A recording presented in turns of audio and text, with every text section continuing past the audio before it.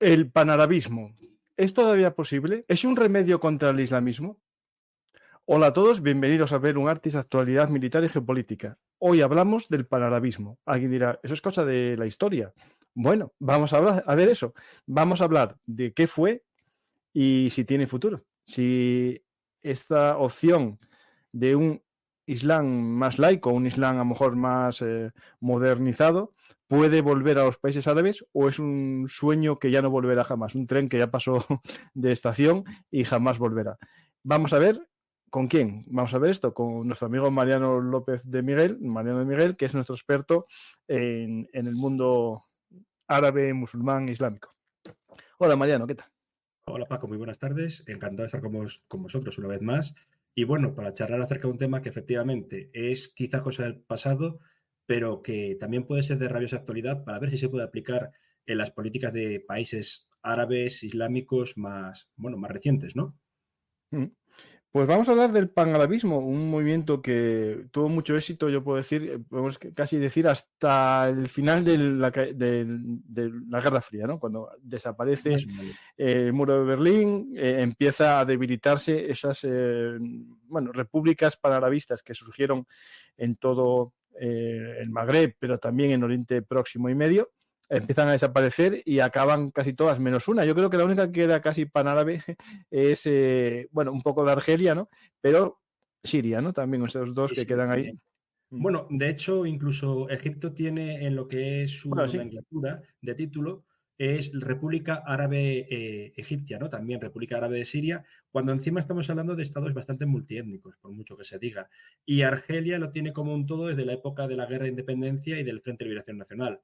El panarabismo per se surge como un movimiento descolonizador, como un movimiento que planteaba la unidad de todos los países árabes, incluso algunos que no son árabes per se. Se habla también de Somalia, Djibouti, la gran Somalia, ¿no? La Somalia que fue italiana, francesa y británica. Pero sobre todo es ese sentimiento de unidad y que curiosamente el partido por antonomasia, que está ahí su bandera, que adoptan luego los palestinos, como es el BAS, el Partido Árabe Socialista y Laico, importante lo de socialista y laico, lo fundan dos árabes, pero uno musulmán suní, pero otro cristiano, ¿no? Salahaddin Bitar, el musulmán, y Michel Aflaq, de origen sirio, el cristiano. Es un movimiento que, como he dicho anteriormente, responde a la mayor descolonización, a ese caos que se surge tras la caída del Imperio Otomano, que es qué hacer, ¿no? Se ha creado la República de Turquía. En un principio se sabía que Turquía era un estado minúsculo por el Tratado de Sèvres, pero luego llega el de Lausana y Mustafa Kemal Atatürk, el héroe de la independencia, consigue crear una república, pero que no mira hacia las antiguas posesiones, digamos, del Imperio Otomano, posesiones árabes, ¿no? Sino que quiere ser una especie de europeización, occidentalización, laicización, si se puede decir así. Mientras que los países árabes atraviesan un momento en el que tenemos que tener muy presente lo que son las fronteras envenenadas del Tratado de Sykes-Picot y también la Declaración Balfour entre 1917 y 18, postrimerías de la Primera Guerra Mundial. Y por último, los mandatos. Cuando se crean los mandatos británicos, por ejemplo, más puntilloso el de Palestina, pero también el mandato francés en lo que era Siria y el ante-Líbano, otro mandato británico en Transjordania, hoy Jordania, y un largo etcétera, ¿no? Lo que se ponen, por ejemplo, como monarcas a dedo, como puede ser en Irak, en Jordania, que son la misma dinastía, la dinastía Hachemí, aunque los hachemíes caen en Irak en el año 58 cuando se asesina brutalmente a toda la familia, y en Jordania, más mal que bien, sobreviven hasta la fecha actual. Y luego, como he dicho, los distintos mandatos en Líbano, con el problema de la confesionalidad, en Siria, que sigue reclamando por la Gran Siria, incluso reclaman una parte de la zona sur de Turquía, la provincia para ellos de Eskenderiyya, para Turquía Hatay. Es todo muy problemático. Entonces, lo que se busca a través del panarabismo es la unidad de somos un mismo pueblo. Muchas veces se considera si son herederos de lo que es el movimiento marxista-leninista de la URSS. Bueno, desde luego, lo que es el sentimiento leninista de poder vertical de partido único lo tienen. Asimismo, el factor de unidad de pueblos sin importar, digamos, la procedencia de los mismos, ¿no? La religión se deja a un lado, se considera muy importante la unificación lingüística y territorial, no tanto las etnias, ¿no? Árabe, Pero pues, sí. no, te interrumpo, pero creo que es importante. Ese elemento marxista lo tienen, pero previamente al marxismo también tuvieron otras influencias, ¿no? Efectivamente, también incluso tuvieron influencias islamistas, que se ha comentado. No, y del fascismo italiano, algunos de ellos también. No, alemán, perdona, del alemán, del nazismo. El italiano, Sí, desde luego, tiene su presencia en Libia, pues, por lo que fue Libia, por la invasión de las tropas de Mussolini y exteriormente en Abisinia y Etiopía, que no se considera un país árabe per se, porque tiene su idiosincrasia propia, ¿no? Y encima la gran mayoría son cristianos, pero esa pequeña parte que es Eritrea, también la zona norte de Somalia, el Tigray, que está poblado por tribus autóctonas de credo suní, pero vinculada a la etnia etíope, pues se dice también son árabes, estuvieron conquistados bajo estos vilayatos otomanos, etcétera, se arabizaron en cierta medida, con lo cual se puede considerar. Y lo que has dicho del nazismo, efectivamente, sobre todo porque en 1941 hubo un levantamiento, entre ellos el tío de Saddam Hussein, Jairal Atulfa, que se levanta contra los británicos, y también, obviamente, está la figura del gran muftí de Jerusalén, ¿no? claro. Ayman Husseini, ¿no?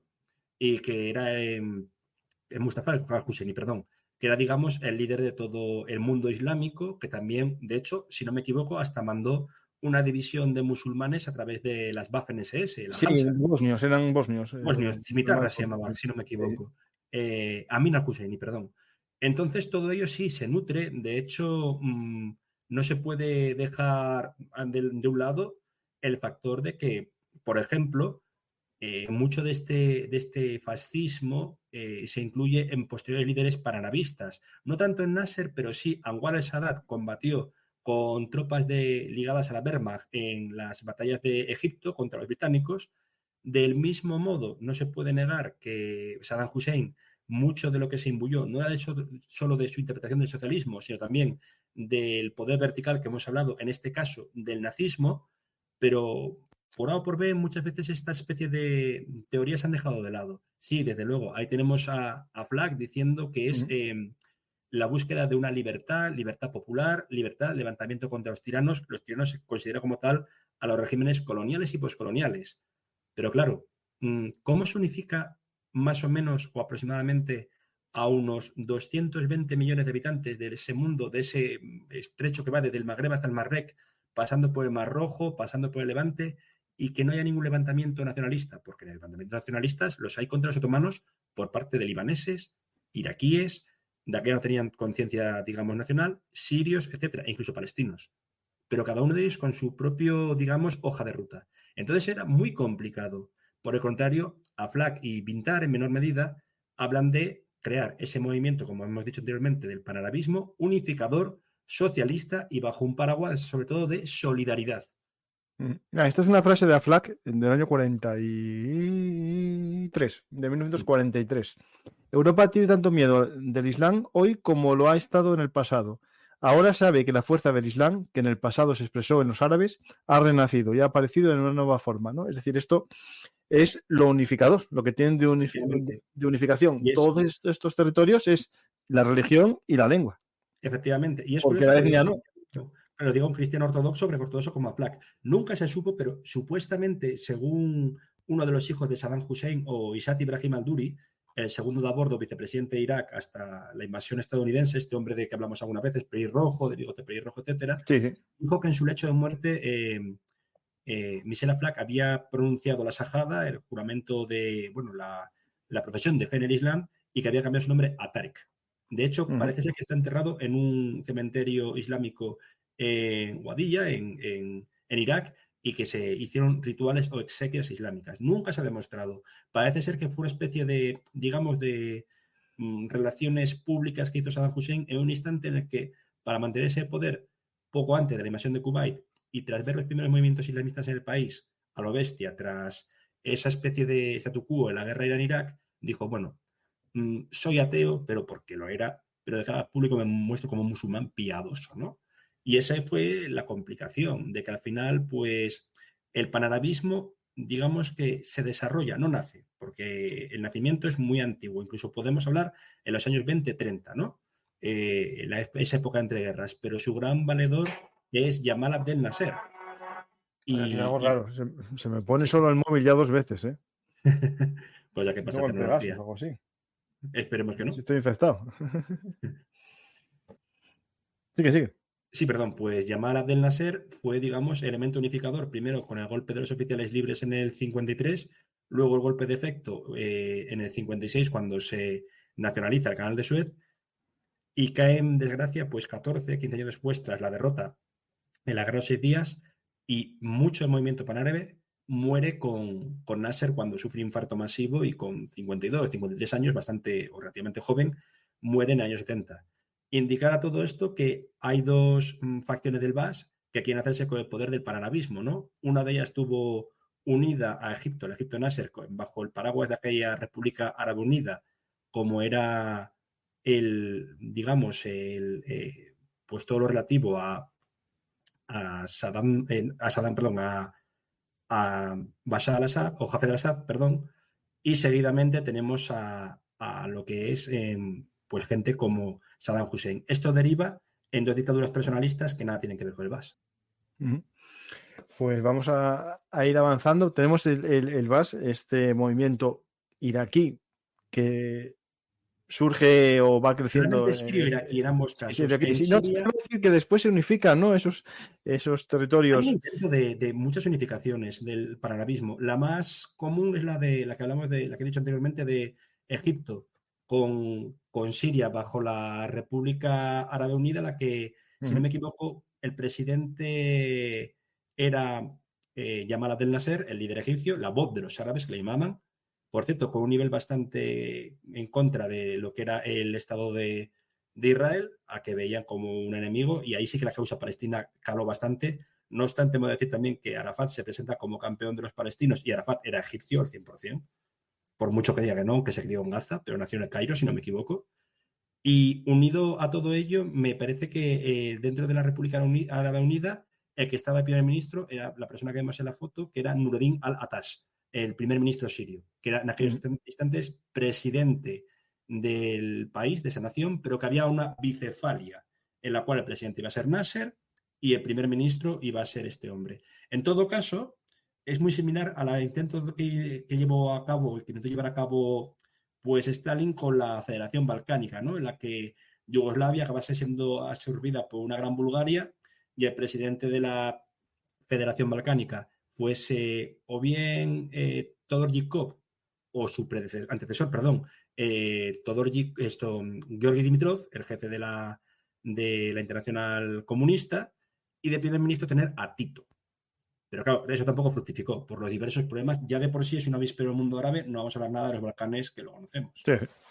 Pues tenemos estos movimientos panarabistas que al final se resumieron en movimientos panarabistas nacionales, ¿no? En cada territorio. Eso es, cada uno se con fue su propio... por ejemplo, en Argelia aparece un régimen panarabista que influye mucho en el Sáhara español, en el Frente Polisario, en su momento. El único territorio que fue un poco distinto, aunque sí está dentro del movimiento árabe, ¿no? Pero está un poco como a su manera, es el Libia, ¿no? Gaddafi crea un movimiento propio, ¿no? Gaddafi hace 55 años asciende, bueno, nunca se supo realmente la edad de Gaddafi. Él decía que había nacido en el año 42, otras le sitúan en el año 35. Pero pongamos que era un treintañero cuando se da otro golpe de Estado que también se llama de oficiales libres, a semejanza del de los oficiales libres que ocurrió en Egipto, el que ocurrirá también en Siria, o la revolución correctiva en Siria, y Gaddafi con eso, entre 25 o 30 años, accede al poder de un país con una cantidad de recursos petrolíferos enorme y se exilia en ese golpe de Estado incruento al rey Idris I, ¿no? Lo primero que hace es nacionalizar el petróleo, como intentaba hacer cualquier líder árabe, es decir, el maná del petróleo era directamente, pues, que se derivase en lo que es la economía, PIB del país. Y sí, aquí aparece al lado de Nasser, que por cierto, es curioso ver esta foto porque Gaddafi todavía no lleva lo que es el estilo de moda beduino, sigue llevando el uniforme. Claro, va a militar, sí. Es el tema de militar. Y por el contrario, Nasser, para intentar quitarse la imagen de dictador, está vistiendo de traje europeo, lo cual es curioso. Sé que a veces parecen tonterías, pero las imágenes ni mucho menos son inocentes, ¿no? No, eso siempre está todo planeado. Sí. efectivamente. Y para Gaddafi, Nasser era como una especie de padre político y quería hacer todo a imagen y semejanza de él. Lo que pasa es que a partir del año 70, es decir, esto debe ser el año 69, cuando accede al poder por el golpe de Estado Gaddafi, Nasser, aunque no parezca, está muy enfermo, sufrió muchísimas secuelas y crisis cardíacas tras la derrota de la Guerra de los 6 días y acaba muriendo en los 70. Entonces Gaddafi, sin ver ese farol, opta por empezar su propia ruta, ¿no? La Mm. revolución de las masas, crear en El vez de libro la verde, ¿no? El república, libro verde. el libro verde, efectivamente, y en vez de llamar, por ejemplo, Yunjuriyya, que significa república en árabe, llama a Libia Yamahiriyya, Estado de las masas. Él, de hecho, ni siquiera es el presidente, él es el líder. El líder, o creo que era, o el camarada supremo. Copiando el estilo, es curioso porque aquí sí que hay una amalgama de marxismo-leninismo con islamismo, dado que Gaddafi Y con tribalismo. y con tribalismo y mucho, porque, por Sí, sí, sí. ejemplo, Gaddafi se rodea de tribus que sean leales, sobre todo de Bengasi, de donde procedía, ¿no? Y donde también murió. Entonces, ese libro que yo pude tener entre mis manos, una copia, por cierto, aburrido como el solo, se repite muchísimo, parece un plagio de, pues yo diría que una amalgama, aunque obviamente salvando diferencias, del libro rojo de Mao, también de El Capitán en algunos casos, y aunque saliese luego, pues de Paulo Coelho, el Manual de Guerrero de la Luz. Es aburridísimo, lo siento mucho. Pero también es cierto que en aquellos instantes Gaddafi opta por una especie de aislamiento, cosa que no hacen los países panarabistas. Los países panarabistas odian lo que es el régimen colonial, pero no por ello desdeñan lenguas como la de la metrópolis, que sea francés, inglés, etc. Gaddafi sí. Expulsa toda herencia italiana, expulsa toda herencia británica, todo lo que suena occidental es furibundamente eliminado. De hecho, hasta bien entrados los años 2000, la única lengua conocida del país era el árabe, porque también prohibió incluso los dialectos bereberes, el tapacig. Sí. Es decir, ¿es una unificación panarabista lo que busca Gaddafi? No. Gaddafi, a partir de los años 90, cuando empieza a volver al rellano, digamos, de la Sociedad de Naciones o Naciones Unidas, etcétera, de los sucesos de Lockerbie, tras admitir los atentados terroristas y renunciar a su programa NBQ, nuclear, biológico y químico, empieza a optar por un panafricanismo, que es muy distinto. Efectivamente. Sí, sí. Hablando de panarabismo, ¿no? Voy a poner un mapa ahora de lo que es, claro, el concepto árabe, para muchos puede ser algo étnico, pero realmente es algo lingüístico. Dentro de eso hay sudaneses, rifeños o magrebís, ¿no? Es decir, personas que hablan Eso. árabe como lengua oficial de la nación. Y después discutiremos si lengua materna, ¿no? Pues aquí Eso es. tenemos un mapa un poco de los distintos territorios que tienen árabe, ¿no? Y ahí vemos en el Sahel un territorio que a día de hoy está muy convulso, ¿no? Y uno de los elementos que más divide a la población, y de hecho se vio en Mali, que el presidente lo llamaban árabe, ¿no? El árabe, porque pese a que Exactamente. étnicamente no había mucha diferencia con otros, era de los de la zona que hablaban árabe frente a los que hablaban el berber o el berber no, el tuareg o otros o lenguaje más al sur Incluso que la es lengua franca de comunicación como la francesa, claro, sí, efectivamente. sí, sí. Y ahí, claro, tenemos un crisol, ¿no? De pueblos que entre ellos reflejan que hablan árabe, ¿no? Pero un poco más en común tienen. Es decir, el elemento común es el Islam y el árabe, ¿no?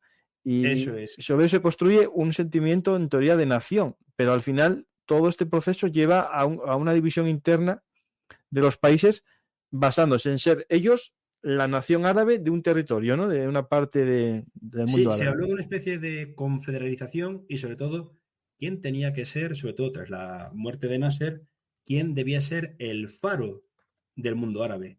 Claro, todos los países árabes, sin excepción, incluso aquellos que no son nominalmente árabes, pero están dentro de la, valga la redundancia, Liga Árabe, otra organización que se creó por Arabia Saudí para unificar a las naciones árabes a través de una religión común como es el Islam, que es la organización de la Confederación Islámica, porque puede estar Somalia, puede haber países observadores como Comoros, etcétera, ¿no? Pues era, ha muerto Nasser, ha muerto, digamos, la voz de los árabes, ¿qué hacemos ahora? Claro. Y claro, la pregunta era, desde luego, el elemento ahora sustentante es el socialismo, pero también el Islam, la lengua árabe, quiero decir. Pero ¿a qué buscamos digamos, de nuevo líder? Arafat estaba siendo prestado en muchos casos, sobre todo por su vinculación a la URSS. Eso seguro, y sobre todo porque Al-Fatah y la OLP estaba empezando a operar por libre, cosa que no gustaba a muchos países árabes. Y, en otra parte, pues surgían dos líderes relativamente jóvenes y carismáticos, ambos fogueados en la guerra del 67, ambos también fogueados en golpe de Estado en el 68 que le iban a poder, bueno, uno un poco más tarde, en el 70, como son Hafez el-Assad en el caso sirio en el 70, anteriormente era ministro de Defensa, y si no me equivoco, Saddam Hussein en el 68. Es decir, estas dos personas, uno, aunque Saddam Hussein no llega directamente como presidente, sino como vicepresidente, pero es el encargado de los órganos de seguridad, con lo cual realmente el poder del Estado estaba en sus manos. Hafez el-Assad, no Bashar, siempre me confundo, Hafez el-Assad consigue pues que encima una minoría que tampoco se considera árabe, como son los alawitas, tomen el poder en lo que es una de las repúblicas no más pobladas, pero sí desde luego más potentes porque tiene como vecino a Israel y a día de hoy siguen en estado de guerra. Claro, ahí Entonces, tenemos... sí. No, sigue, Sí, sigue. sí. Pensé que habías acabado. No, Sigue, sigue. acabado, tranquilo, sí, sí. No, estaba hablando y poniendo el mapa de lo que es la Liga Árabe, ¿no? Que es lo que queda, ¿no? De ese sentimiento panarabista después de la caída de todos los regímenes, menos el de Siria, ¿no? Es decir, no queda, y Egipto que está ahí cogido entre pinzas lo del movimiento panarabista, ¿no? Eso es. Claro, la Liga Árabe a día de hoy es casi algo simbólico, ¿no? Porque el papel que tiene de unificación, al final está tan dividido como el propio sentimiento árabe, ¿no? Es decir, cuando hubo el 7 de octubre, la reacción de los distintos países árabes fue muy distinta, desde algunos que pedían un boicot a Israel y otros que, bueno, dejaron pasar el tiempo y oyeron y miraron para otro sitio, ¿no? Y de hecho, ahora mismo la Liga Árabe lo que hace más que buscar una solución al conflicto árabe, porque no es solo palestino, es árabe-israelí, también busca que no haya rencillas entre los propios países árabes. Démonos cuenta de que hoy, si cualquiera de nosotros fuésemos a Irak, el mapa de Irak representa una parte como anexionando un país que ellos consideran que no existe, que es Kuwait. Ni más ni menos. O también la parte del Arabistán, que es la zona de Shat el Arab, que pertenecen a Irán, los distintos problemas fronterizos que hay entre el propio Líbano y Siria, tras la ocupación de aproximadamente, pues creo que fueron 29 años, ¿no? Hasta el asesinato de Rafik Hariri. Y bueno, que sigue habiendo presencia siria en el Líbano y las rencillas internas incluso entre los propios movimientos palestinos. Ya lo digo jamás, mucho antes. Hablo de la OLP y Al-Fatah contra el Frente de Liberación Popular de Palestina, como era el de George Abbas, por cierto, otro árabe cristiano y comunista. Sí. Pero unido a todo ello, hoy por hoy la Liga Árabe es un elemento casi... Muchos hablan de que si es la Unión Europea de los países árabes, no, porque no tiene una moneda común. No, porque y tiene mercado común tampoco deben tener. tampoco tiene mercado común y tienen incluso problemas fronterizos de delimitación de fronteras. Si ponemos a Argelia y Marruecos, están en la misma liga, cuando no tienen relaciones diplomáticas entre ellos y tienen cerrada la frontera desde hace años. Pues, y recordemos que encima que hay un país que se ha secesionado en dos partes, ¿no? Separado en dos partes. Sudán de 2011, Sudán del Norte y Sudán del Sur. Yemen, bueno, pues Yemen una época en la que fue Yemen del Norte y Yemen del Sur, que se han vuelto a unificar ahora, pero que se encuentran en una guerra civil. Los Emiratos siguen teniendo sus problemas. Qatar estuvo bajo un embargo de aproximadamente 4 años.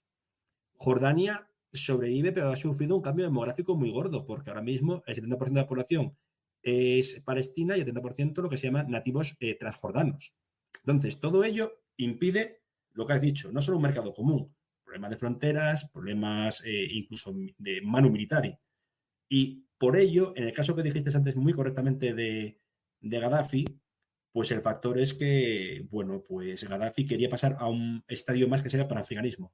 Curioso ya decir también que es que en cuanto a la Liga Árabe, esta unificación para la vista, etcétera, pues Anwar el-Sadat, el sucesor de Nasser, opta por firmar la paz con Israel. La Liga Árabe durante 11 largos años o 12 expulsa y además vilipendia a Egipto. De hecho, bueno, al propio Sadat le cuesta la vida a manos de un atentado terrorista vinculado a los estados musulmanes y a un protogermen de Al-Qaeda, la llamada Islamilla. Es decir, durante muchísimos años la sede de la Liga Árabe no está en el Cairo, como vuelve a estar, bueno, estuvo en sus inicios y vuelve a estar ahora. Básicamente porque el Cairo es la capital del estado árabe más poblado, como es Egipto, que debe tener ahora mismo 102, 103 millones de habitantes. Pero su sede durante 11 años estuvo en Túnez y en Bagdad. Entre ciudad de Túnez y Bagdad. O sea que es una cosa complicada. Por eso es cuando también hablo de que Una vez eliminado, bueno, muerto por un infarto súbito, Nasser, no se fían de las monarquías petroleras, porque esos son más islamistas que panarabistas, lógicamente. Tienen miedo al panarabismo ante sus regímenes fundamentalistas. Pues hay un hombre fuerte que surge, que encima ataca a un país islámico, pero no árabe, como es Irán, y no es otro que Saddam Hussein hace 45 años exactos. Pues tenemos, vamos evolucionando, ¿no? Y viendo que esto, que parecía un movimiento global árabe, se va dividiendo en distintas visiones, no enfrentadas siempre entre ellas, pero bueno, hubo enfrentamientos entre países árabes.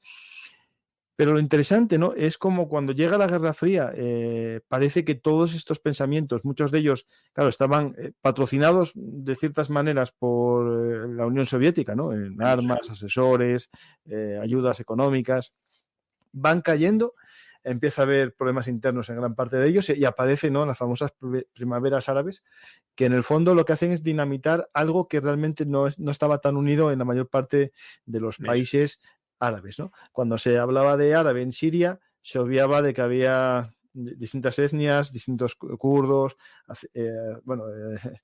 azeríes, circasianos, después estaban los estos, ¿cómo se llaman estos? La dinastía esta que es el mismo nombre que la dinastía de Marruecos, hombre, alawíes.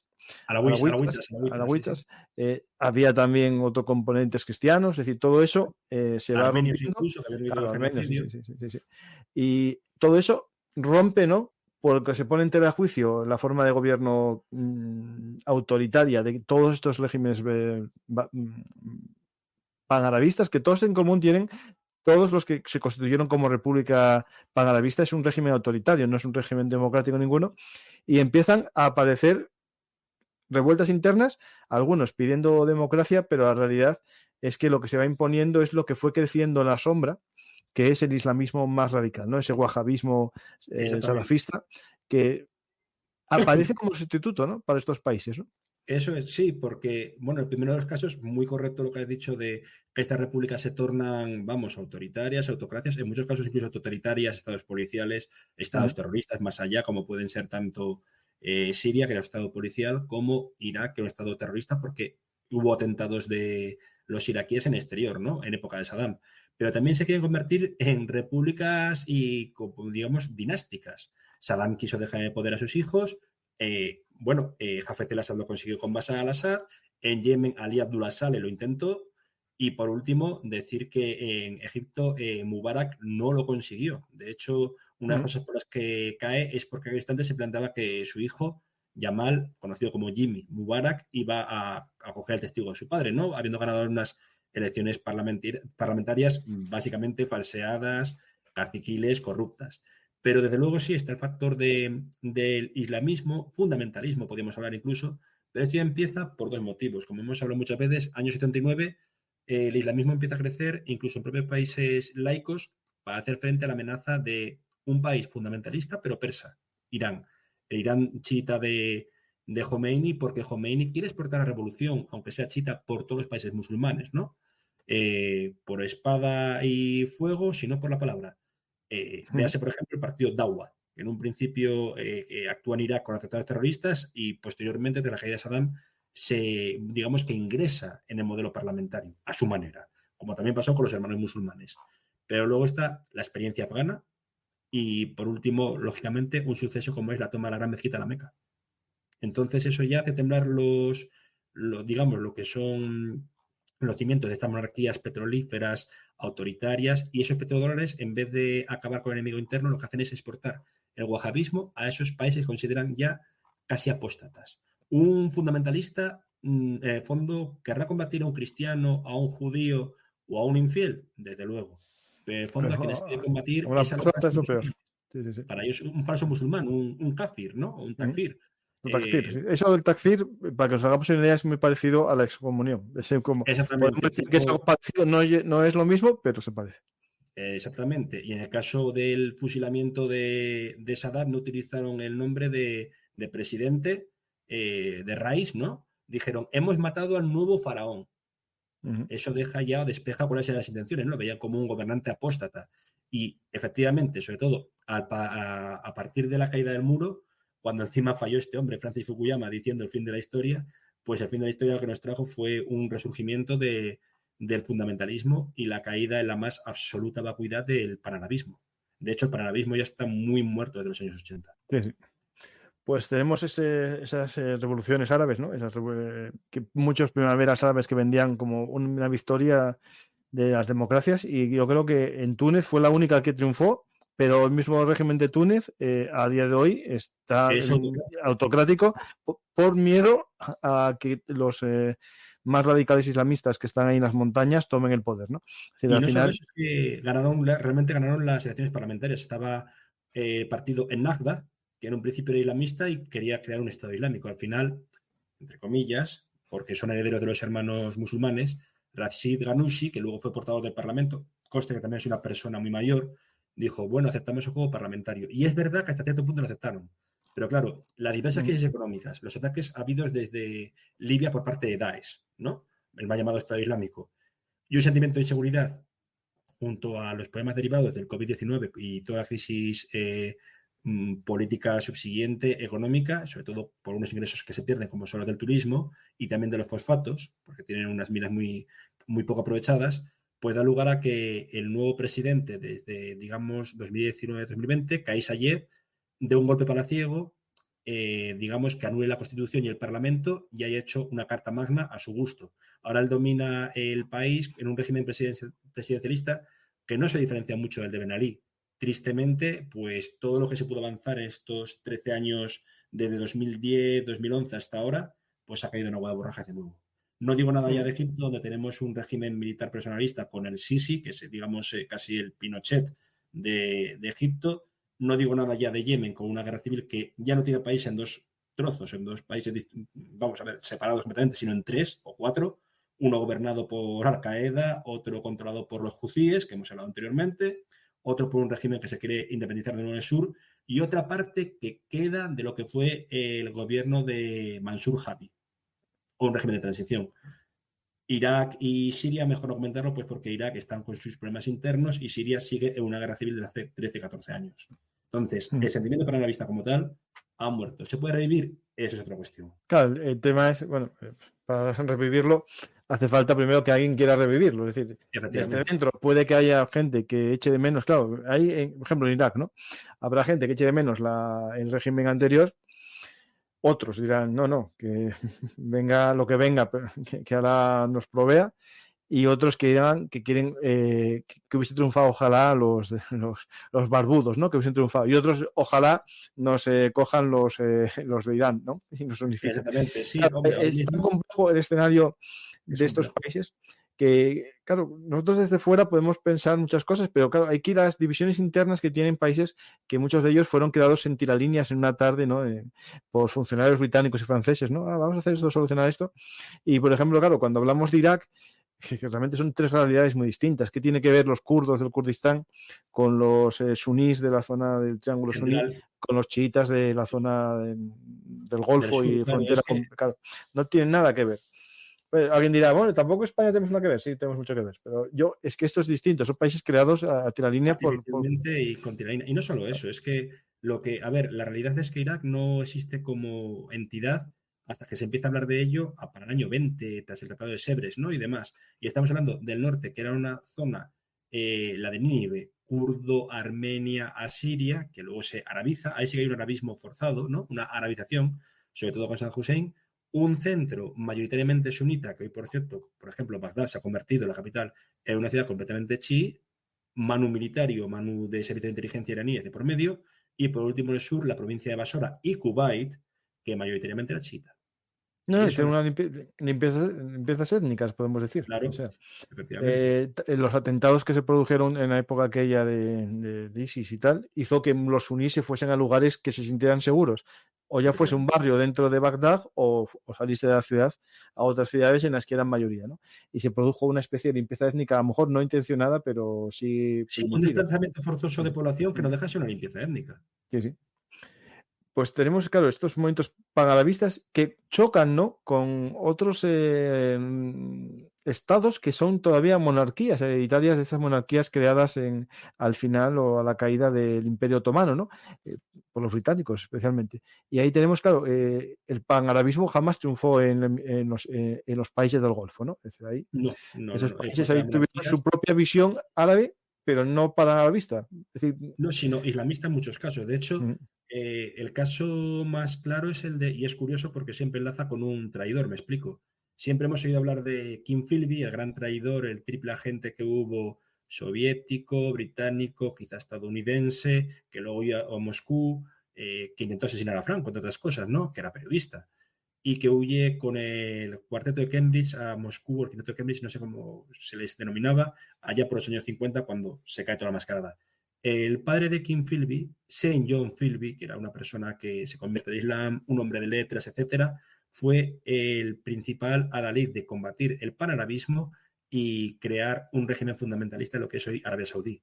Arabia Saudí iba a ser una nación árabe unificadora bajo también el Islam, pero que iba a ser no socialista, pero sí coherente con la realidad política de la época, hubiese un pluralismo político, mm, y el jerife de la Meca, Hussein, iba a ser el rey de todo Arabia Saudí, de lo que es hoy Arabia, ahora conocido como Arabia Saudí, perdón, Siria, Irak y hasta llegar casi a Jordania. Desgraciadamente, lo que te has indicado, se hace toda tirolíneas y el pobre Hussein al final le dicen o Siria o Irak y se queda en Irak cuando al final el que lleva el trono es su hijo Faisal, que siendo casi un rey adolescente niño, es ejecutado en el año 58. Y lo que es un monarca, pariente suyo, Abdalá, se queda con el trono de Jordania. Porque la monarquía iraquí y la monarquía jordana están hermanadas por línea sanguínea patrilineal. mm. Y en estos casos, como he indicado, pues se busca que no triunfe el panarabismo, no quieren que lo que es Arabia Saudí, el régimen de Saud, se expanda, solo quieren que haya un país y que sea amistoso. ¿Por qué? Por el maná petrolífero, ni más ni menos. Sí. Ahí tenemos un cambio, ¿no? Parece que algunos de estos países, las monarquías del petróleo, ¿no?, están haciendo un cambio un poco saliéndose del islamismo. Saben que ese islamismo que crearon ahora quiere acabar con ello. Es decir, Sí, sí. en Qatar, por ejemplo, que tuvieron durante mucho tiempo de asesor de los príncipes herederos al fundador de los hermanos musulmanes, ahora no sabe muy bien dónde está. Ahora Qatar presiona a Hamas, ¿no?, para el alto fuego. De hecho, hoy hay una noticia en relación a eso, que tanto Hamas, tanto Qatar como Egipto Sí, sí, sí. imponen a Hamas que haga el alto el fuego, que acepte el alto el fuego. Y hoy mismo que ya se hablaba de desalojar Rafah, ya se habla que Estados Unidos acaba de llamar esta tarde a Netanyahu para decirle que hay un alto el fuego negociado entre Qatar, Egipto y Hamas. Lo digo porque Qatar, claro, se mojó mucho en este tema de ahí, pero tiene un problema interno también, que otra parte de su Efectivamente. sociedad es bastante más moderna, ¿no? Es decir, tenemos ahí un problema de estas sociedades árabes, y lo mismo le pasa a Arabia Saudí, ¿no? Tiene esa dicotomía, ¿no? Jeques o que son islamistas, pero ahora los príncipes herederos parece que quieren tener una política más abierta, no digo moderna, pero Modernidad frente, más abierta. modernidad frente a tradición. Y siempre se Eso. dijo esto, bueno, parece tontería, pero yo cada vez me lo creo más. Leí, creo que era Jean-Pierre Filiu, el autor de, bueno, de que hubo también sobre un cómic sobre Gaza, también de autor de Las 9 vidas de Al-Qaeda, etcétera, ¿no? Un politólogo francés, muy amigo encima de David Petraeus, el jefe de las fuerzas multinacionales en Irak, ¿no?, durante la ocupación, y comentaba, es que tenemos que ver que, primero de todo, por mucho que se diga, ni Arabia Saudí ni Qatar son estados, digamos, monoétnicos, ¿no? Hay pluralidad, sobre todo por la llegada de trabajadores emigrantes, ¿no?, que componen Mm, una nutrida parte de la sociedad. Segundo, hay diferencia porque Qatar no, pero sí que es verdad que Arabia Saudí tiene la zona, como hablamos una vez, de los pozos petrolíferos poblada de chiíes o llena de chiíes, ¿no? Lo que es también un problema interno. No vamos a negar lo que es evidente. Y por último, que aunque no parezca, siempre dijo que Arabia Saudí no tiene una especie de wahabismo más conservador, mientras que el hecho de que Qatar sea una, digamos, una dinastía más fluvial en el sentido de comercio exterior a través del mar, les permite tener un wahabismo institucional, sí, con sus problemas, pero que es más laxo. Es mm, decir, no van a conseguir quizá los expatriados la nacionalidad, pero van a ser mejor tratados que lo que puedan ser en Arabia Saudí. Incluso refugiados que puedan venir de Siria, etcétera. Lo que has hablado también de Hamas. Durante mucho tiempo, la sede de Hamas estuvo en Qatar, tras la ruptura con Assad en 2012, porque apoyaron lo que eran las revueltas contra Assad. Ahora Qatar ha dicho a muchos de Hamas, os vais de aquí. ¿Y a dónde se han ido? A Damasco. Y de hecho, no sé si incluso el líder del Frente, del Frente Islámico de Salvación, pues murió en Qatar, o si se obligó a volver a Argelia un par de años antes, porque decían, hasta aquí hemos llegado, no va a ser más. Démonos cuenta que en Qatar residieron líderes del FIS, líderes de los hermanos musulmanes egipcios. También asimismo residieron muchísimos líderes, como has bien indicado, de Hamas y de los hermanos musulmanes sirios. Y por último, incluso chechenos islamistas como Zenihan Yandarbiyev, que fue ejecutado por Rusia con un atentado hace 20 años justos. Entonces, todo ello da que pensar, y Qatar ha dicho en un momento, es que justo lo que habías comentado, empezamos a tener un problema interno con que los islamistas o integristas están fundamentalizando nuestra población. No queremos esto, así que cortan por lo sano. Porque si no, les cortan a ellos. Exactamente. Sí. Hay un tema que me parece muy interesante, que es en el surgimiento del movimiento islamista, que existe, podemos decir que es casi supranacional. El islamismo, el que es la concepción islamista, es crear un territorio por encima de las naciones, un gran califato, ¿no? Que es verdad que en el caso del califato de Raqqa se quedó concreto en un espacio, pero la idea es aumentarlo, y de hecho ellos llaman a los territorios provincias, ¿no? Es decir, provincia provincia del Cáucaso, provincia de cada una de las provincias de Argelia, justo, sí. El Jurasán, ¿no? El famoso del ataque a Moscú. Pero claro, ¿por qué triunfa esto? ¿No? Es decir, claro, vemos que hubo un fracaso de las naciones árabes, ¿no? De las naciones o de los regímenes que unifican a estos pueblos diversos en una nación, intentan crear un sentimiento de nación muy ficticio, porque no hay nada común a lo mejor en ciertos elementos, ¿no? O en Irán, que nosotros consideramos que son todos persas, pero realmente hay muchos baluchis, hay muchos kurdos, hay muchos armenios, hay muchos azeríes, hay muchos árabes también, es decir, sunís, no son todos chiitas, y claro, se van creando estados que intentan unificar. Pero aparece un fenómeno que me parece que es muy interesante sociológicamente, que es que la gente abandona el campo, se va a las ciudades, y en las ciudades pierde todo elemento de vinculación social, ¿no? Es decir, es algo que pasó en todos lados, y aparece una islamización en mezquitas no oficiales, que eso también pasa aquí en Occidente, en Europa, en Internet, y eso genera un movimiento islámico no nacional, ¿no? Y eso es un peligro para todas estas naciones árabes, y también, bueno, y también para los restos de países, que genera un problema muy importante geopolítico, ¿no? Es decir, ya no se habla de nación árabe, por ejemplo, o de Yunjuriyá, república, etcétera, sino de la Umma, la comunidad islámica, la comunidad de creyentes, generalmente sunitas.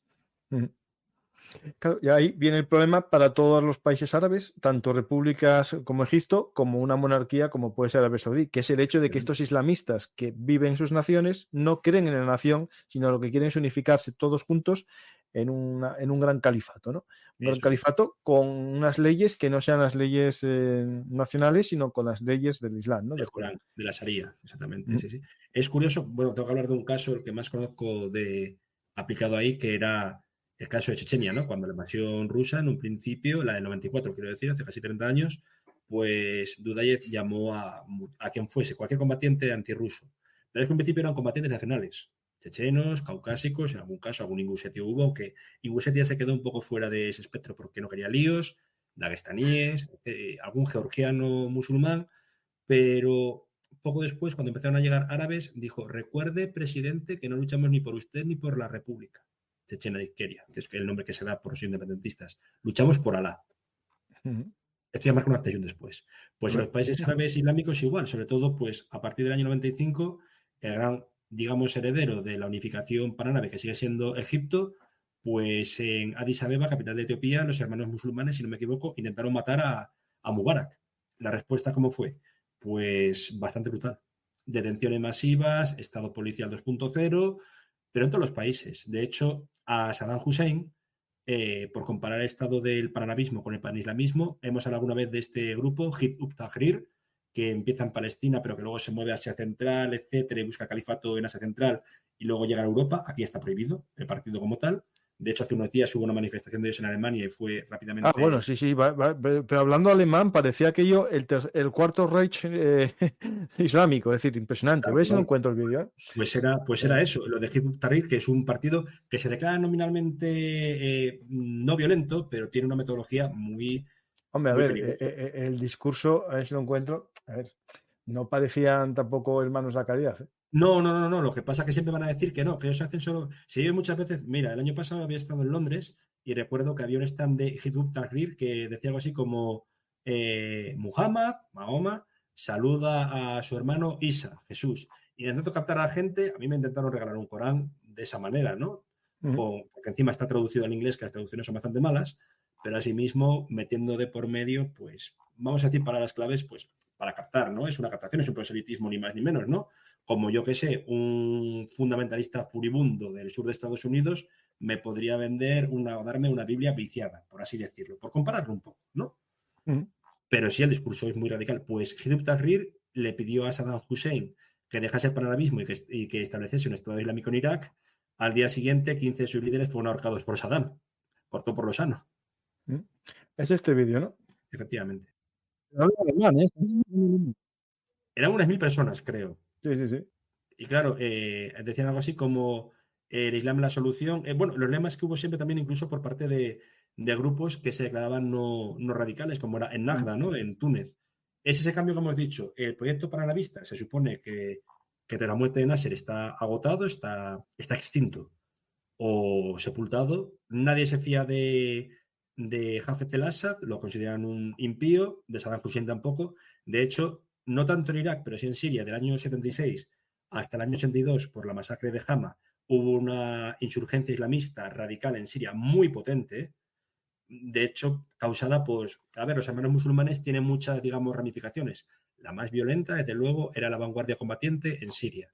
Y pues intentaron llegar a un acuerdo de esa manera el régimen del Bas en Siria con ellos y dijeron, ¿qué queréis? Respondieron los hermanos musulmanes, la cabeza del presidente. Se ha acabado la negociación. Eso no se puede negociar con Sabemos esos puntos de partida. lo que fue Hama con aproximadamente 30.000 muertos, una barbaridad. Fue una guerra sucia en todo, bueno, en todos sentidos. Si es que existe alguna guerra, vamos a decir, limpia. Sí. Pues más o menos tocamos todos los puntos. Y la pregunta ¿es un remedio contra el islamismo? Pues a día de hoy es un remedio poco útil, ¿no? Porque ya está, yo creo que fuera de stock, ¿no? Está fuera digamos. A ver, aquí hay un poco de mala leche por parte de, tengo que decirlo, Estados Unidos. Estados Unidos teme que todo régimen panarabista, aparte nacionalista, que busca nacionalizar industrias estratégicas, etcétera, o recursos naturales en una zona bastante dada a ella o a ellos, pues que también tiene una especie de órbita hacia el socialismo. Y no, hoy por hoy quizá fuese un socialismo, socialdemocracia a la europea, salvando la distancia, me reitero. Entonces, Estados Unidos, por ejemplo, durante las elecciones parlamentarias y presidenciales de Egipto en 2012, dio muchísimo dinero no a partidos como el WAF o el Watan, que eran nacionalistas y claramente panárabes, incluso alguno de ellos naserista.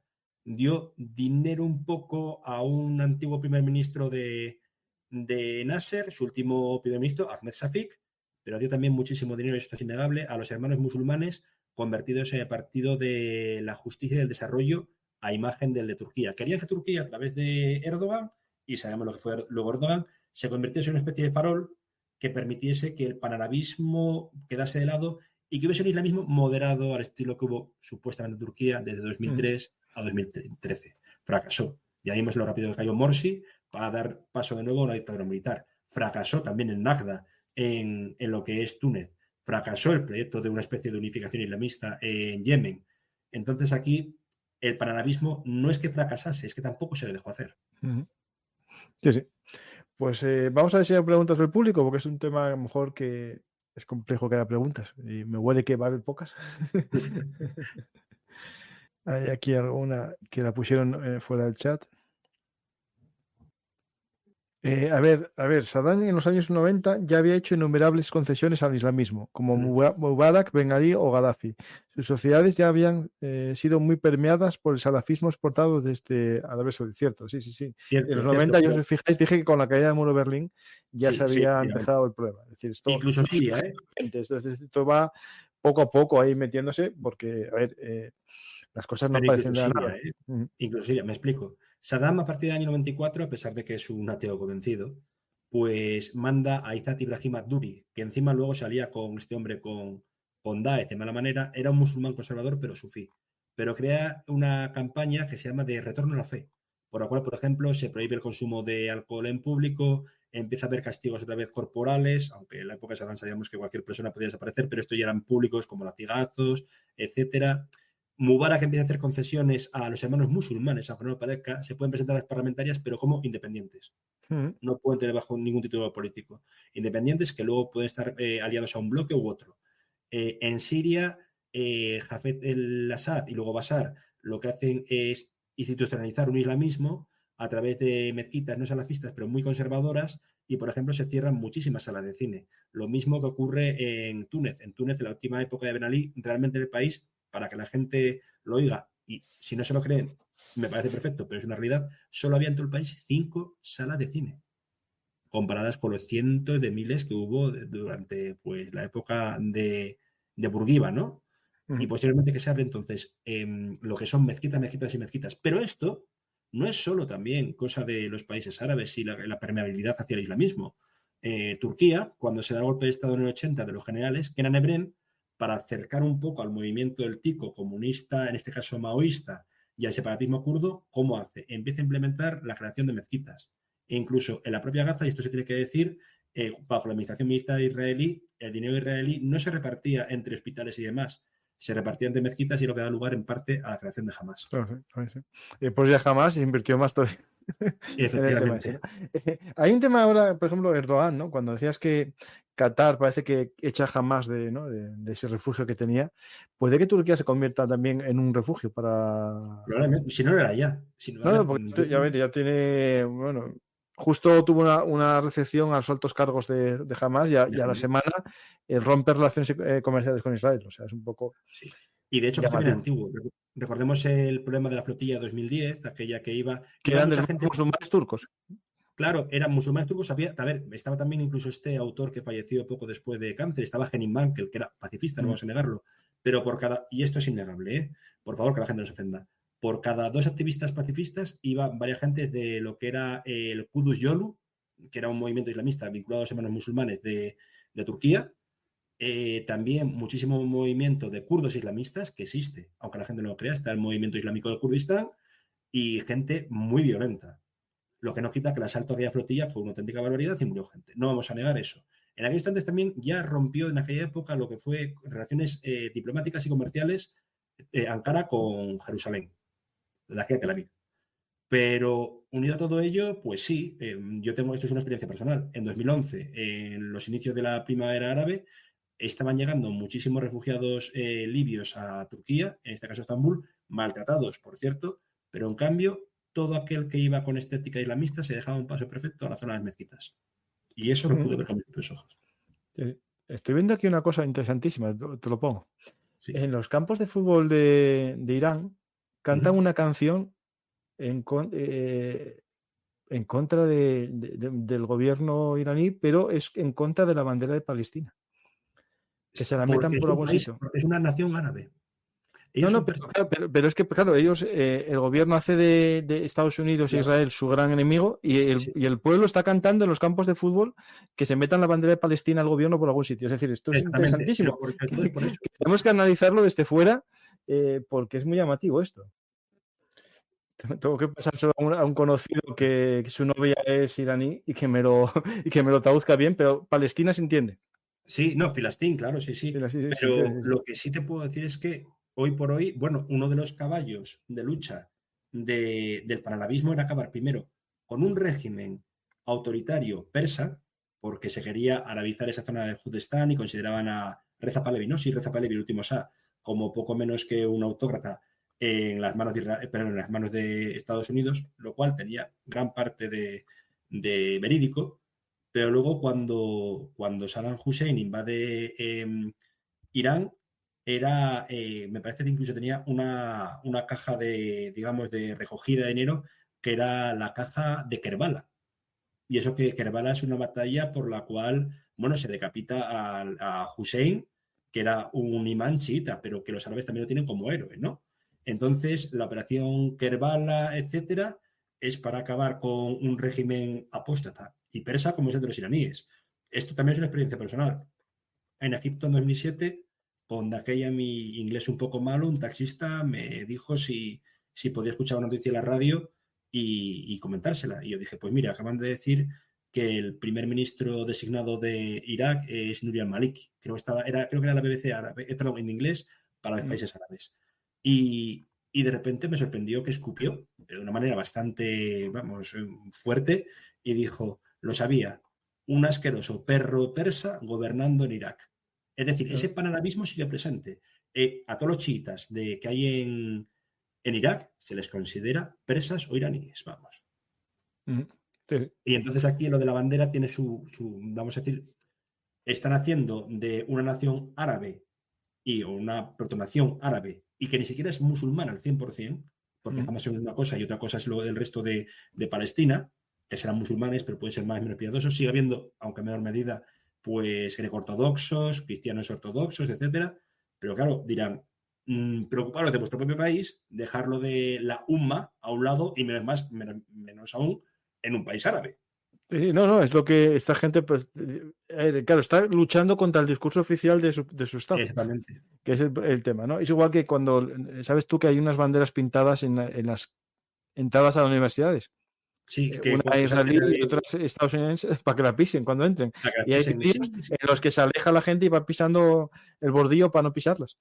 Sí, y hay muchos vídeos de esos, ya de jóvenes que intentan no pisar la bandera de Estados Unidos y van... No, o incluso con lo que es el discurso panarabista, pues yo me acuerdo de lo que fue la represión por parte de Bashar al-Assad en Idlib, y un niño dijo algo así como, Bashar, hijo de tal cual, hijo de mala madre, despliega tus tropas en el Golán para expulsar a los israelíes y deja a la nación árabe en paz aquí en Idlib. O sea, eso ya demostraba un antes y un después. Sí, sí. Pues vamos a ver, segunda pregunta. Están hablando mucho de lo de Hamas, el alto el fuego. Sí, claro, sí, al final... lo que ha subido, efectivamente. Qué duro será el programa de esta noche. Sí, voy a hacer un programa sobre los años del plomo y ETA, y sobre todo lo vamos a enfocar con el autor, que es ex miembro de los GAR, un poco a la lucha que hubo en esos años contra el terrorismo de ETA. Bueno, los años más duros en el que sí, casi con todo esto es un compañero de trabajo a punto de jubilarse. En la época de lo que se llama territorio MEC, te podía tocar, pues desde luego, dependiendo de puntos en oposición, en Madrid, en lo que fuese, a él le tocó en Baracaldo, año 80. Y lo que me decía era, cuando me despertaba cada día, era a ver a quién se ha encargado hoy. Sí. Así era. Pues en esos 2 años ETA mató el 20% de todos sus asesinatos. Es decir, en 2 años. Sí, 80-81, efectivamente. Sí. Pues vamos a hacer un programa de eso, sí. Me meto muchos embolados, algunos me criticarán por hacer estos programas, pero esto es historia y no se puede olvidar lo que hizo ese grupo criminal en España. Por no decir otra palabra de ellos. Vamos a ver preguntas, que la gente no quiere preguntar, saben todo. Es que es un tema complejo, no voy a negar que panarabismo es poco conocido. Bueno, esto es complejo. ¿Se puede expulsar a imanes radicales y cerrar las mezquitas financiadas por dictaduras como la AES y Turquía? Bueno, a ver, aquí es un tema que hay que ver la normativa de cada país y la injerencia extranjera, ¿no? Hasta qué punto las leyes permiten que una actividad externa vinculada a desestabilizar tu nación sea o no condenable o prohibida. Es decir, en España se prohibieron medios de comunicación de financiación estatal, como RT, porque está claramente financiada por un Estado para desestabilizar. Si fuese propiedad privada, a lo mejor sería más difícil, pero en propiedad estatal está claro que se puede hacer. El tema lo vi el otro día, no sé si viste, Mariano, lo voy a poner aquí porque te va a interesar, tú no, a lo mejor no lo vistes.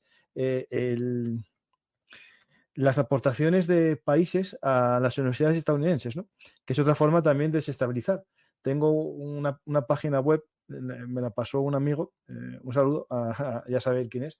Es una página oficial de Estados Unidos en el que viene todo lo que por universidades y por países donan a Estados Unidos, a las universidades. Claro, esto lo hace Estados Unidos un poco para ver, ¿no? si un agente extranjero está desestabilizando su nación. Otra cosa es que hagan extranjeros, efectivamente. Claro, otra cosa es que hagan algo, ¿no? Por ejemplo, decimos aquí un país y vamos a Qatar, ¿no? Por ejemplo. Ahí estamos en Qatar y vemos los donativos que hace a universidades. Aquí Arizona, pues 50.000 euros. A Ball College, 4 millones de dólares. Y va todo así avanzando, ¿no? Pero mira, ya hay un contrato rescindido. El del Bar College en Nueva York acaba de ser rescindido. Sí. No hace mucho. O sea, hay que entrar en la letra pequeña y ver el caso concreto, ¿no? Pero si vamos, por ejemplo, a Arabia Saudí, claro, el número de páginas crece mucho. En vez de ser 33 páginas de universidades, Saudi Arabia, ahí está. Eran 421. Sí, Es decir, hay 421 páginas de donativos estatales y particulares, porque aquí, entrando aquí al detalle, te dice de qué son. Por ejemplo, estos 4 millones a Arizona, vienes aquí y te dice que son de, por ejemplo, no es del Estado, es de un particular o una fundación. Sí, exactamente. Y te va eso encima es muy difícil de de otras. trazar, porque estamos hablando del que hablamos otras veces, como es el dinero halal. Claro. Y eso mucho, y sobre todo en los años 80, con el apoyo de los afganos, se vio muchísimo de que en las universidades estadounidenses incluso tenían traducidas un ejemplar de lo que era, digamos, el órgano propagandístico de Abdullah Assam, ¿no? Que era en una revista que tenía un nombre que era Jihad. Ajá. Se vendió aquí en España, Sí. por 125 pesetas creo que era, en Ceuta y Melilla. Pero tengo ese recuerdo de haberlo revisado cuando el tema de la tesis y sobre todo, pues lo que preguntaba, a raíz de lo que pregunta, del público, perdón, es muy difícil porque, claro, tiene que estar implícito el discurso de odio. Claro, está la libertad religiosa, por otro lado. Claro, por otra parte. Entonces es complicado. Se ha expulsado, ¿eh? A ver, a mucha gente de Hizb ut-Tahrir en Alemania está permitido, pero en Inglaterra tras muchos años se ha prohibido. Los que había el año pasado no podían decirme directamente que pertenecían a ese partido. Me decían algo así como era un movimiento de predicación, tipo el tablighi, pero no, porque en el instante que lo dijesen, a la calle. O eran detenidos. Pero las leyes, no quiero decir ni mucho menos que sean laxas, que fallen, es que es muy complicado. Y dentro del esquema europeo, pues ha sido un poco buenista, no vamos a negar. Sí, no, es el buenismo completo, no un poco, completo. Hay una pregunta, si es tan difícil fiscalizar esto. El problema no es, yo creo que no es que sea difícil, es que se quiere hacer. Si se quiere hacer, lo veo fácil. Diciendo que regímenes desde luego, pero si esa petición particular. No, claro, de un particular, de un país, claro. Sí. No, sí, Emilio, me dicen por aquí en privado que hemos expulsado imanes. Sí, lo sé. Y bastantes por mensaje de odio. Incluso a otros están en la cárcel por organización criminal. Pero en España, bueno, hay como dos vías, ¿no? Las que dirige Marruecos, que las controla el propio Marruecos y parecen más moderadas, a las que se crean en garajes que esas van como descontroladas, ¿no? Y bueno, es un tema complejo. Yo no me quiero meter en ese berenjenal, ya. Bueno, si se quiere, se puede, es lo que quiero decir. La financiación se puede. De hecho, preguntan por aquí, otra que tiene que ver con todo esto, es el cierre de la televisión de Qatar en Israel. Es cierto que Al Jazeera, pues ayer mismo se dio orden de cierre de emisiones, cierre de las oficinas también en Israel. A ver, yo entiendo que si nosotros en el conflicto de Ucrania cerramos la transmisión de RT en Europa, en la Unión Europea se cierra porque es una actividad de desinformación contraria a los intereses de la Unión Europea, Israel puede hacer lo mismo. Es decir, Israel ve que esa emisora está en contra de sus intereses. Y bueno, yo creo que lo puede hacer. Aquí el problema realmente es que, por ejemplo, hay otras emisoras que no son conniventes con Israel, ni mucho menos, pero que sobre todo son furibundamente antiraníes. Y es Al Arabilla. Y a Al Arabilla nunca se le ha dicho nada. También estaba, aquí en España nos ha quitado Córdoba TV, que es un problema muy gordo. Hispan TV sí, Hispan TV también junto con RT. Pero eso efectivamente porque están, vamos a decir, financiadas directamente por un régimen.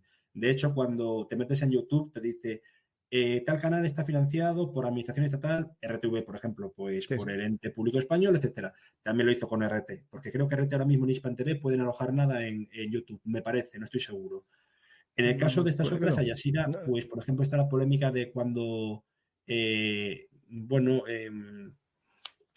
a un periodista de origen sirio, nacionalizado español, que había entrevistado a Bin Laden, pues dijeron, y se confundieron ahí, fue erróneo, que estaba vinculado a Al-Qaeda por culpa de unos emails más traducidos. El hombre pasó a la cárcel 2 años. Entonces hay que ser muy, o sea, no moderado, sino incluso evitar estos problemas, vamos a decir, que a larga pueden dar con la libertad de expresión de cualquier tipo, porque innegablemente sí, puede estar, obviamente, y sobre todo una cadena que desde el año 96 ha sido, pues esta vez, el faro de los árabes, ¿no? Principalmente por cadenas vía satélite y luego por internet. No, que es que Al Jazeera hay que tener en cuenta que tiene como dos mensajes, ¿eh? Me lo dijo gente que ve árabe y ve en inglés. No, sí.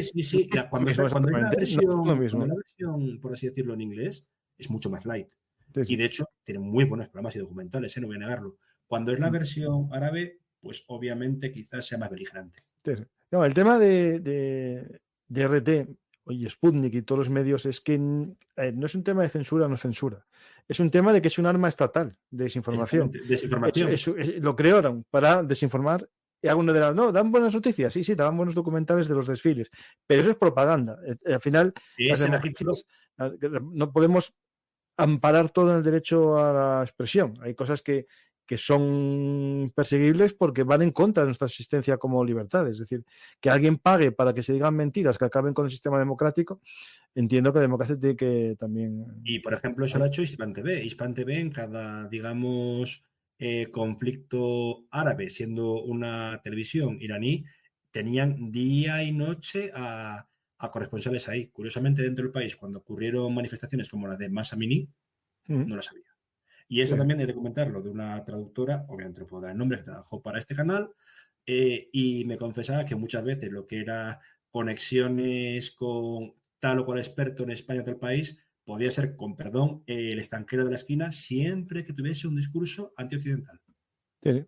Bueno, me dicen por aquí que Estados Unidos no, pero bueno, Estados Unidos también, cada sociedad hace lo que quiera. Estados Unidos te censura de otra manera. Es decir, las empresas que son estadounidenses tienen unas reglas también muy claras. A mí me desmonetizan, me quitaron un vídeo por supuesta desinformación cuando no sé todavía ni el motivo. Es decir, ahí eso lo hace Estados Unidos. El tema es que Estados Unidos, RT a lo mejor no tenía implementación. Es decir, en Estados Unidos a lo mejor queda oscurecida completamente. Yo sé, por ejemplo, que RT, cuando le vetaron, buscó televisiones locales de estas pequeñitas para comprarlas y que transmitiesen su visión. Señal, y de hecho, yo tengo sospechas de un par de canales potentes de internet que les hicieron esa oferta, que yo sé que se la hicieron a muchas televisiones pequeñas. Porque, claro, el mensaje se puede transmitir de muchas maneras. No hace falta que ponga el logo RT. Sí. Efectivamente. Pues vamos a ver alguna pregunta más. ¿Hay grupos laicos que le hagan contrapeso al éxito que tienen grupos islámicos en los sectores populares en países árabes? Es una buena pregunta. Los hay, pero hay un problema. No hubo relevo generacional.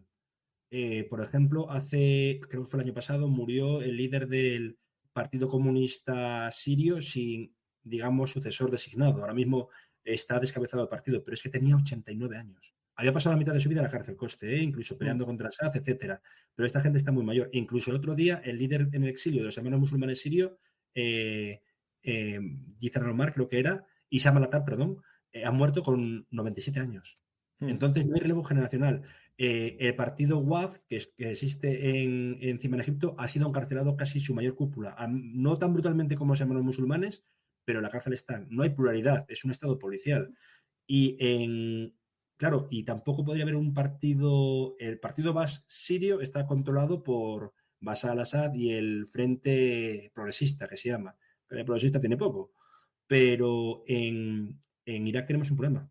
El Baas no puede concurrir a ninguna elecciones porque está prohibido desde el año 2003.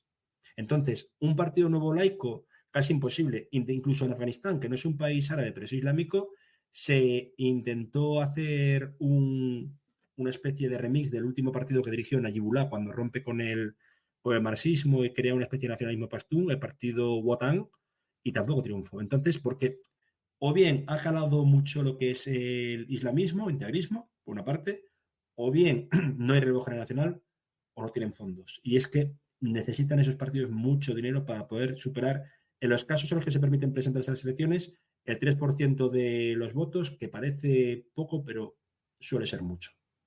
Aunque parezca una tontería lo que acabo de decir. Bueno, preguntan aquí si el panarabismo es un movimiento fascista un poco a su manera. Yo tengo mi visión de que sí que comparte mucho con ellos, porque no olvidéis nunca, desde mi punto de vista, e insultarme los que queráis, que para mí el fascismo es un movimiento socialista de otra manera distinta. Es decir, es un movimiento socialista. Mussolini era socialista y vio otra visión distinta al socialismo y creó ese movimiento socialista, vale, no marxista, pero sí socialista. Por tanto, A ver, incluso Falange aquí en España tenía claro que es rasgos socialista, nacional sindicalista, claro, sí, sí. hasta que hay la unificación. Es decir, no se puede hacer un todo. Y es cierto que, bueno, si alguien, bueno, tuve hace, es que no me acuerdo cuál era el autor, creo que era Efraim Kars, un autor israelí, pero había una, ya te lo pasaré luego, Paco, una biografía maravillosa de Saddam Hussein. Incluso había otra escrita por uno de sus médicos que decía que Saddam era profundamente creyente en lo que era el socialismo, el socialismo científico, pero que creía en el órgano represivo contra la sociedad del fascismo. Entonces, hizo, a ver, incluso los proyectos que hizo eran socialistas. Démonos cuenta de que con los ingresos del petróleo, el Irak de Saddam Hussein, lo digo porque fue la mejor representación de auge y caída del panarabismo, ni siquiera Egipto. Bueno, uno, discurso pro-palestino. Segundo, todo lo que tuvo de rédito gracias a la crisis de petróleo de 73 y 79 no lo derivó en sus propias arcas, que también. Lo que hizo en muchos casos fue, pues, alfabetizar a la población. No sé si la gente sabe que Saddam Hussein tuvo un premio de la UNESCO y se le dieron la orden de Isabel la Católica por España, en virtud de todo lo que hizo de desarrollo del país, etcétera. Otra cosa es que el aparato represivo era completamente, vamos a ver, la Mujabarat era realmente una Gestapo. Entonces tenía, y creo que su libro de cabecera eran las obras, el Mein Kampf, las obras de Stalin y Mao. Claro. Por lo cual, era una persona culta que leía todo de estas, bueno, digamos, ideologías tan completamente dispares, pero que luego hace una amalgama, y por ejemplo, su propio tío, Jair al-Atulfa, el que se levantó contra los británicos a través de un movimiento de oficiales nazis, o abiertamente nazis, en parte vinculados a Amin al-Husseini, el mufti de Jerusalén. Entonces, sí, tiene una especie de, digamos, de nutriente fascista, pero rompen con ello a partir de la época de Michel Aflaq y Salahaddin Bitar. A Michel Aflaq le cuesta eso, el exilio en Irak, que no en Siria, y a Salahaddin Bitar le asesinan en París. Probablemente fueron agentes de Hafez el-Assad. Preguntan aquí, bueno, leo la pregunta, pero bueno, si no, me acuerdo, espera. Sí. Los supuestos palestinos en 1948 soñaban con la Gran Siria. ¿Sería ese el panarabismo o el panarabismo buscan la formación de un único país musulmán? Bueno, es eso, pero ellos lo que están hablando es el concepto de la Gran Siria.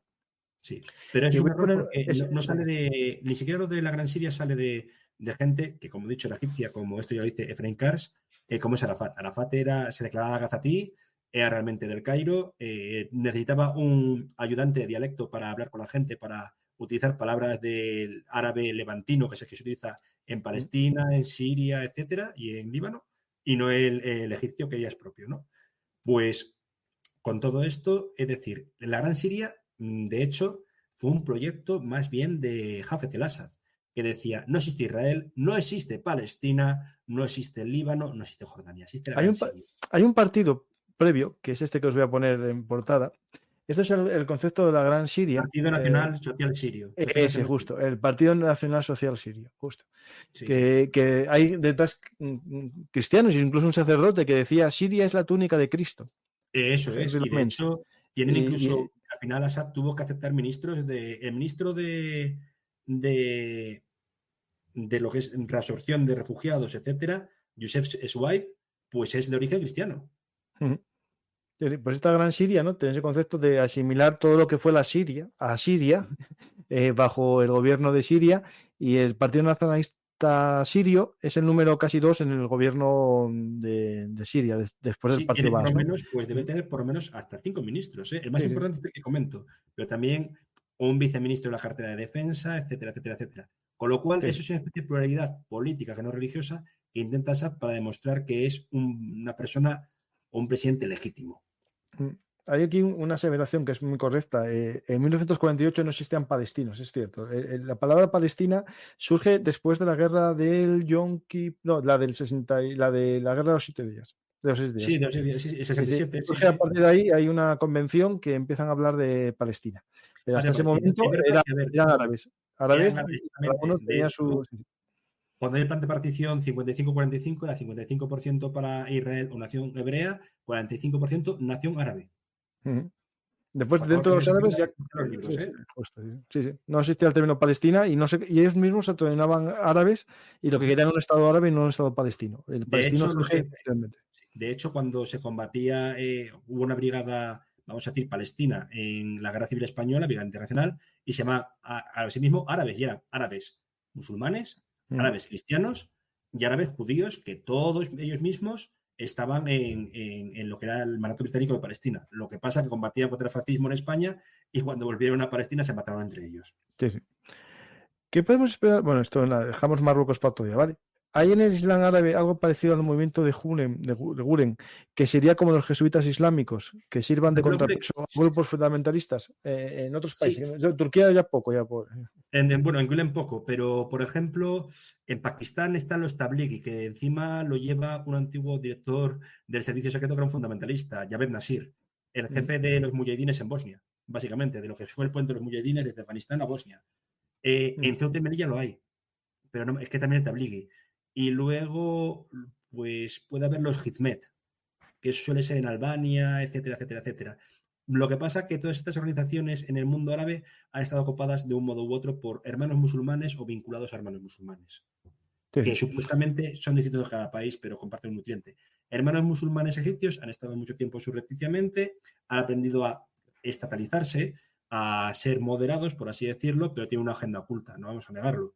Los sirios, sobre todo a partir de la vanguardia combatiente, que es desmantelada en el 82, son mucho más radicales. Y aquí vemos a Fethullah Gülen y a Abdullah Gül, debía ser, a Recep Tayyip Erdogan, cuando era, me parece que alcalde de Estambul.